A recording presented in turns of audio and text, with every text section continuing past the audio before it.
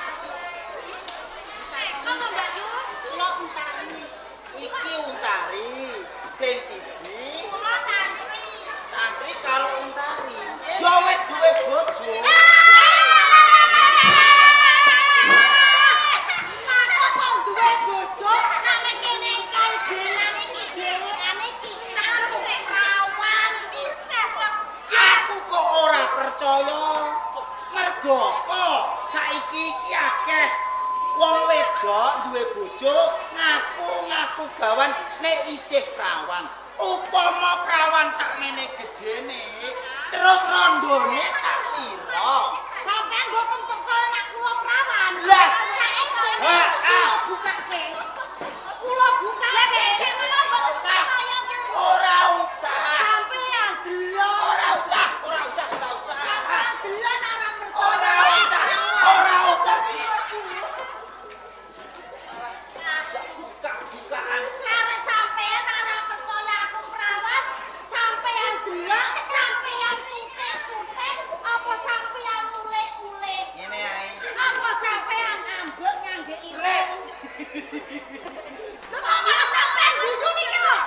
Sampeyan kok malah guyu? Perkara aku ngrembug ambet pinambetan iki, yo aku kudu guyu jan. Lah kok guyu niku? Umpama kelakon tak ambet. Sampeyan enek sing Nah, terus ambune kaya apa?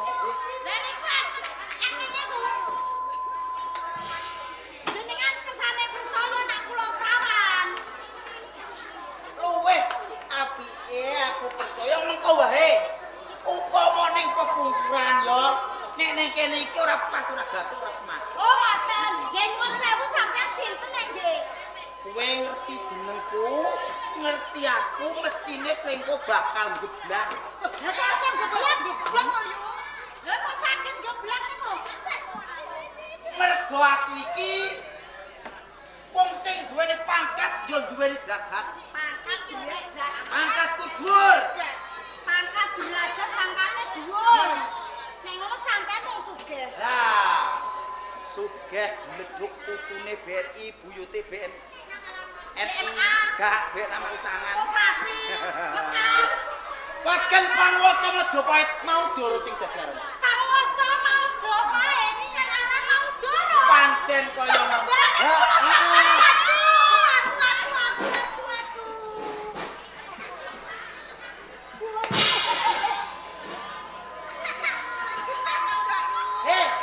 Baleni jumeneng. Baleni. Sampeyan panguwasa nama Jopae. Wakil panguwasa Majapahit mau doro. Mau doro. Nah, aku mau doro. Apa cilaka aku? Wis ora usah ngono, ora sampe ngono. Ora usah. Ya kok ora usah. Ora usah ngado ngono. Sampeyan iku sesembahane kula, nek ora tak sembah nek ora ngajeni aku mbok pibono. Ora maido nek kowe ngajeni karo aku. Ning iki ora pas. Kok mboten pas kudune dipasno. Sirah karo sirah mbok du. Sirah karo Heeh. sirah lho yo. Sirah dhuwur karo sirah ngisor mbok du. Sampeyan iku lho. Lah iki sampeyan kandhane sembahane kula. Heeh. Sampeyan kula ajeni. Ya. Mengkene ora tak ajeni. Sampeyan iku midono kula. Kula tiyang desa. Aku nek ngerti wong sing ayu rupane. Betul. Keliru sundul langit ora bakal tak pidono. Saestu Tak kei pangenteng-enteng. sampeyan paringi pangaten. Iya nek sing ayu-ayu sing eli-eli ya tak pateni. Saumpamane kula niku nyuwun apa mawon jenengan paringi. Tak turuti apa sing dadi penjalukanmu mergo rupamu. Saestu. Nek nyuwun sewu lho nggih. Apa? Kula lunga saking desa nang desa. Heeh. Nganti lumayu ana sak tengah wono. Kula mulake. Kula kepengin nunjuk. Kepengin ngombe kula. Oh, nek ning isor. Eh. Kok tak jalono teh pucuk. Teh pucuk. Teh pucuk tak jane mau pangkate dhuwur. Langsung tak dijaloke ta yo. Nggih pangapunten nggih. Yo. Nggih. Gumung banget aku karo kowe saklara. Wayah dudu wayahe. Sliramu tansah lumayu ning sak tengahing alas purwa. Tenane iki ana kewan sing bujung karo kowe arep mangsa karo kowe. Mboten. Jur. Kari kula semono niku kula nembeke mau lumba-lumba wonten sak tengah sendal. Heeh. Kare tanti ra ngoten to. Mboten wonten sangkan parane dumadi. Wonten kawujudan ngene-ngene niku cedhak kalih kula. Ana wujudane sing aneh cedhak lan sliramu. Aneh iki manggon. Yen to kula wong pandangi niku tegang dhuwur kados kewan kebo, tegang wong iso kados manusa. Sing dikarepno. Sing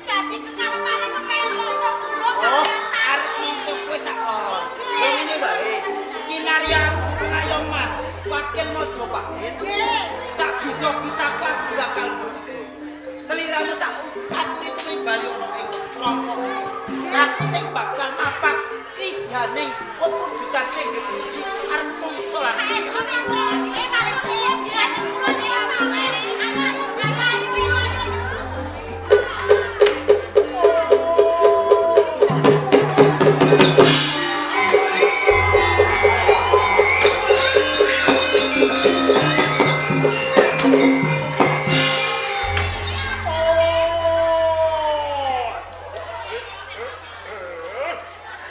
Mongko dhisik sedulur. Ora mawa teges aku ngapitan wilan kowe ngono. Nek tak waspadakake tenggok dhuwur, ora beda kaya dene kewan maisoto. Ning nek tenggok ngisor, ora beda kaya glegre menungso. Nek pancen siramu bisa tata jalma, kinanti lumrahe menungso. Sapa sing bodoh? Oh!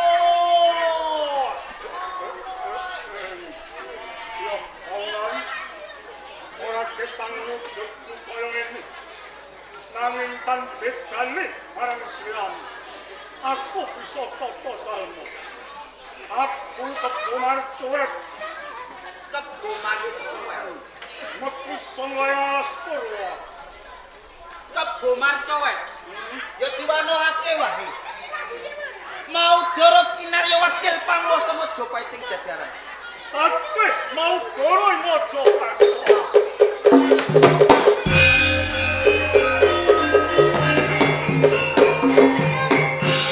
Kebomar cuwek ya Joko Mercu. Aku ngerti. Nganti sliramu wal saka alas Purwa. Mestine sliramu ngrasakno uripmu ana ing alas Purwa. Sing kawujudanmu gembira. Sak temah lan sliramu bujung dene menungso. Karepmu arep kok mangsa iki bener. Oh! Mau doro. Pancen ora sila. Aku ujung bocah wadon-wadon kemau.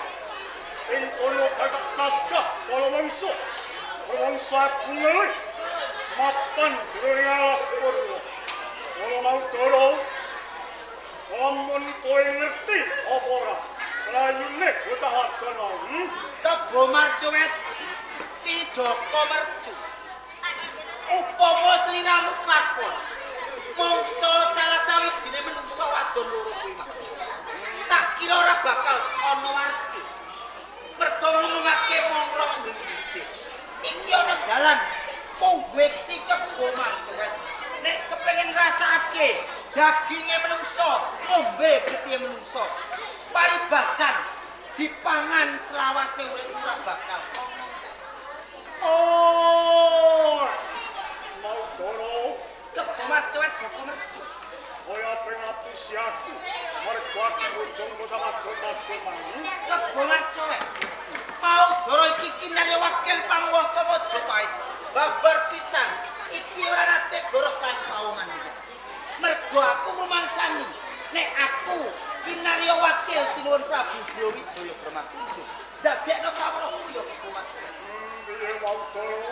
Iki dina Sinuwun Prabu Brawijaya Brahmatunjung nibakake gelar Giri Sayembara. Sayembarane Sinuwun Prabu Brawijaya Brahmatunjung. Marang sapa wae ora mawas wong kethok-kethok takir bathok. Wong kere pacu kilen balik, balongan paribasan. Cilik bisa ngrangket, gedene bisa mateni Bupati Ganti Bandar Subali. Bakal kinanjar sak Purwate.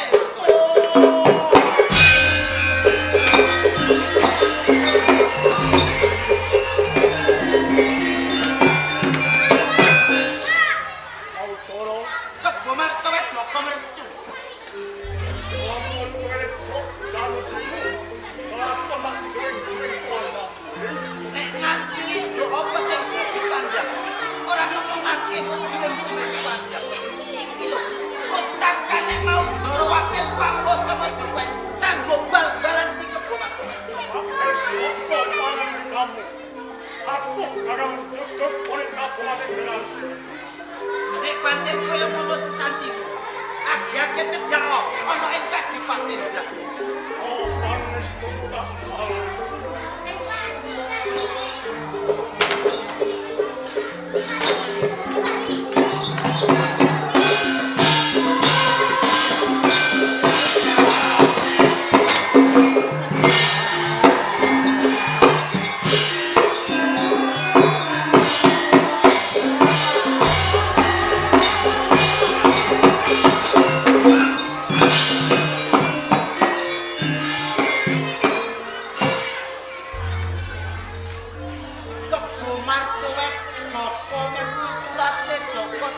karo Pak Timojo. Katone Mojopahit padhang tertawakan. Sakwise Kebo Marcowet, pupu sayembarane Sinuwun Prabu Brawijaya bermakna cedhak ana ing Kadipaten. Ning semono sak tindak lakune si Kebo Marcowet kok kaya-kaya mangu-mangu sak jroning atiku. Nempuh kocapati kaya dene desek jabang ana ing sak pinggiring. Aku ra negakake simak. Yo, Marcowet, aja susah atimu. Iki mau doro tak jampangi kowe saka.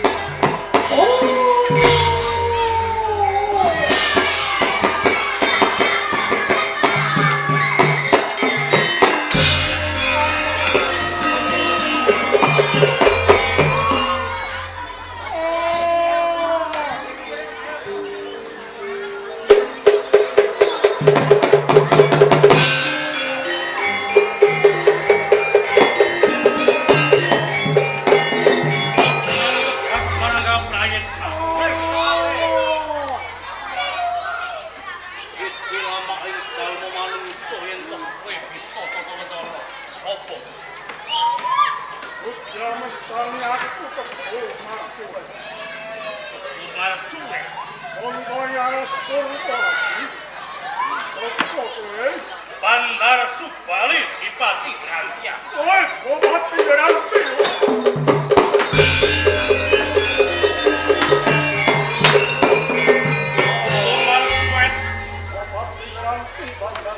Kakondo seneng atimu sausing kelakon. Aku landhati Bandar Subali Dipati Ganti. Opo wicane? Aku membon pitayaning paratu ing Mojopahit sang paratu rawatu. Lamun aku bisa nirnake bareng kawamu. Kalau bisa mendarat, aku nopo Bandar Empek lorong incak pati. Semangko kewani kuwi Desroyo sing Mojopahit. Siaya.